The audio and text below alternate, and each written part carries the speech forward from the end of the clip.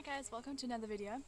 I want to talk to you today about calorie restriction and junk food binging, especially in terms of unknowingly restricting your calories, because this happened to me so often in my life and it led to a lot of binging, and only recently I'm actually starting to realize, oh my god, I was restricting, no wonder I ate all that crap. It's been a really big realization for me in the past couple of months that so much of my horrible eating habits was just to a severe calorie restriction that I wasn't even noticing.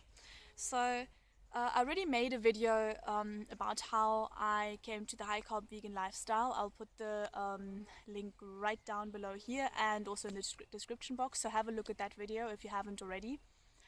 Just tells you a lot about my eating past, where I came from, how my parents got into raw foods and how that kind of changed the way I looked at food as well, and then how I discovered the high carb vegan lifestyle. And one thing that basically happened to me was that, well, basically when my parents started eating healthier, my mom got really into smoothies, and she started making fruit smoothies for my sister and myself in the mornings. And she would make, like orange granadilla banana smoothies, and they were so tasty. I just had the same smoothie every single morning, and because fruit is so filling, I would have a tiny little bit, and then obviously that was in my growing phase. So in the beginning, that little bit was enough because I wasn't that big yet. I was yay high. But then obviously I was getting bigger and bigger and growing up, and at some point it just kind of wasn't really enough anymore, and it got to the point where I would have my breakfast smoothie, and then by the first break, I would have a relatively small glass of breakfast smoothie. I would be completely full because it was just really nutritious, good smoothie. And then I would take another half-liter bottle of smoothie with me to school.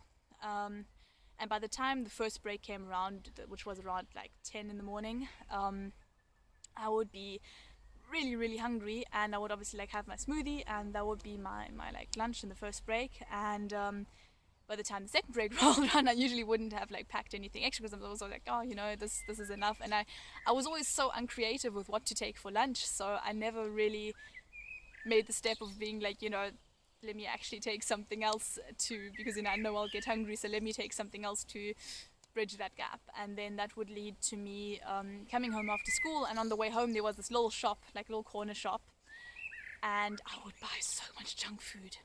I would buy I don't know if you know Milo. It's like a chocolate drink, like a chocolate drink that you mix with milk, and I would buy that, and I would just eat it by the spoonful. I wouldn't even go to the effort of putting milk. I would just eat it like that. I would eat honeycomb crunchy chocolate bars. I would eat peanut brittle. I would buy cans of baked beans and do baked beans on toast with cheese on them. And I would have 4 or 5 slices of toast with lots of baked beans and a hell of a lot of mozzarella cheese. And I would binge on that so much. Or one thing that I would also just eat was yogurt with fruit in it, with some oats in it, just honey or maple syrup in it. And also, but a huge bowl, there was half a liter of yogurt every time, and half a cup of oats, and a banana and half a mango, and that was a hell of a lot of food. And it was always my parents were always oh, and you're eating so much, and why are you eating so much? That's way too much. And I was a little bit chubby. I was quite chubby. I'm probably okay. I weigh a little bit more now than I did back then, but I was between 13 and let's say 15, between 12 and 15, and I would weigh the same then as I do now with 20, and that's that's just insane. So I just ended up binging so much because I was unknowingly restricting my calories, and obviously this was something I never realized. So obviously it was not something I would ever talk about because I never realized I'm hungry because I'm not actually eating enough food. And then obviously I would eat fruit, but then I was always the kind of person that I would my mom would buy a tray of peaches, and I would finish it off in one sitting. She's oh my god, where are the peaches? I bought those to last the whole week, but they're peaches, they're tasty. So I always kind of had an instinct to also eat as much fruit as I could, that's a good instinct to have, don't get me wrong, that's a good instinct to have.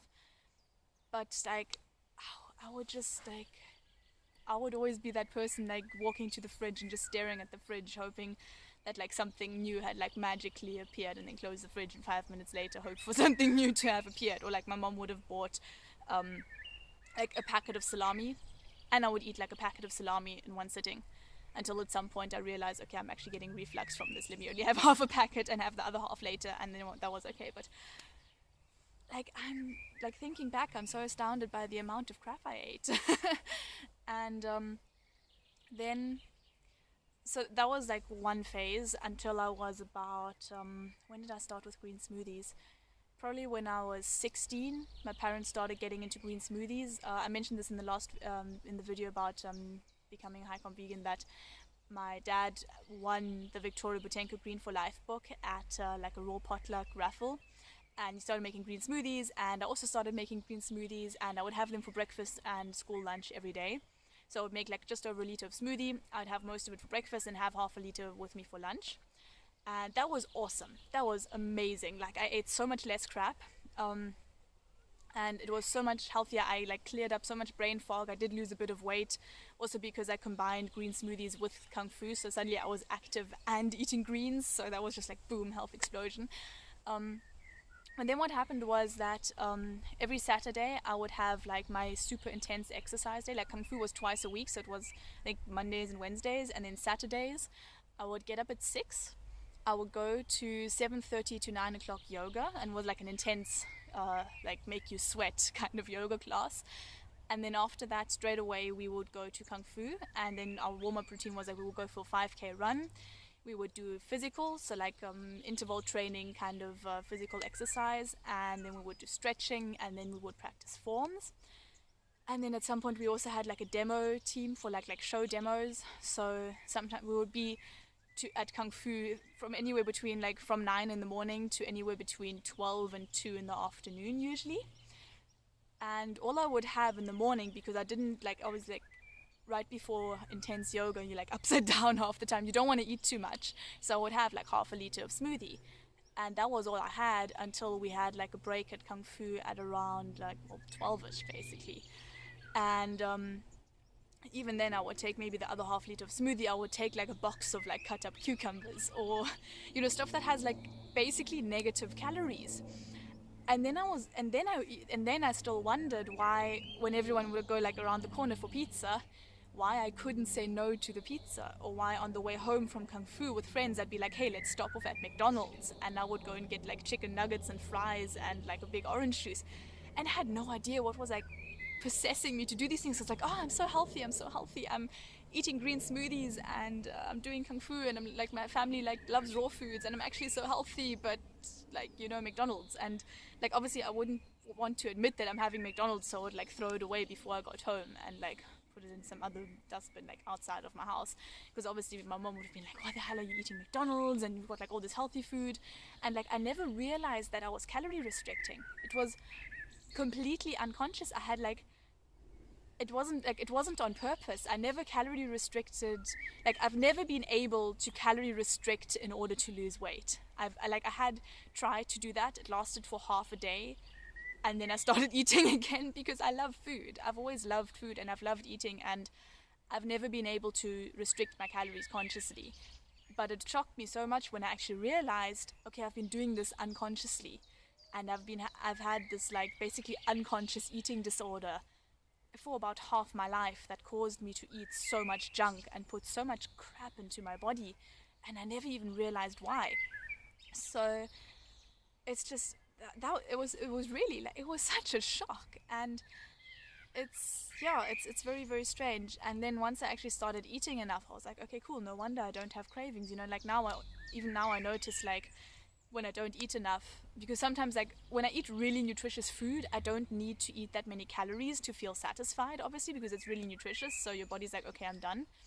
But then if I do a lot of exercise, like I will sometimes get a craving for like, hey, let's go for pizza. Obviously then it'll be vegan pizza, so like it's still okay. But like I'm becoming more and more aware of like how that just works. And I don't know, I think I'm probably not the only one that this has happened to, but it was just so fascinating for me, because I mean I grew up in a relatively health conscious family, and health was always like such a big center point, and then I was still eating so much crap. And like I would also always at school, like either I would have my own money with, or I would like borrow money from my friends, and I'd like buy sweets and like like bread rolls with like ham and salad and like like a classic bread roll sandwich kind of thing. Or I would buy chocolate, or I would, I don't know, buy like samosas or something like that. And it was like I was like known as the girl who could kind of like eat whatever she wanted and not really get fat or anything. But I was also known as the girl who like always had food in her hands, because I literally always had food in my hands. And now I know why. And sure, on the one hand, it's like crazy to think about that, and just like it just blows my mind how that could even happen. On the other hand, I'm like in a way quite grateful to have had that experience, because it allows me to look at food in a different way now, and it kind of just like adds an extra perspective to what I know about food, and to what I know about like emotional eating and cravings and binge eating and all that. And for me, it also just goes to show that you don't have to be depressed to have an eating disorder. I mean, sure, sometimes during school I wasn't having the best time emotionally, but like for me, most of the calorie restriction was unconscious. I wasn't doing it on purpose. I wasn't doing it because I was looking at myself in the mirror and thinking, oh my god, you're too fat, you need to lose weight, and you can't eat now. It was just completely unconscious, but it's still something that I would refer to as an eating disorder, because I still had completely uncontrollable behavior towards food. And it really goes to show that you don't have to be depressed or have a completely negative self-image in order to have some sort of eating disorder or like horrible habits around food. So I really just want to kind of urge you to be aware in the way you treat food, and to maybe also just like I think it's just always a good idea to reflect on past behavior, not in order to make it excuses or find excuses for the way you are now. I don't like that whole thing of I can't help the way I am now because this and this happened in my past and it's not my fault. You're always responsible for your behavior, but just to give you clarity, and when you realize the way things are in your past and like certain patterns, then you can actually start to work on them. And it's such an important part of the healing process to figure out your patterns, to figure out kind of where you went wrong, or to figure out your triggers and your background, and just like your own past, because so much of that stuff we kind of just bury it in our subconscious and we don't remember it, and then once it comes back up to the surface, like it clicks, and then you're like, okay, cool, I can actually work with this now. I can start to work with this, I can start to heal, and I can make this better, and I can change my habits because now I know what's causing them. I can work with the cause instead of just like stubbornly trying to like change the symptom, because that just doesn't work either.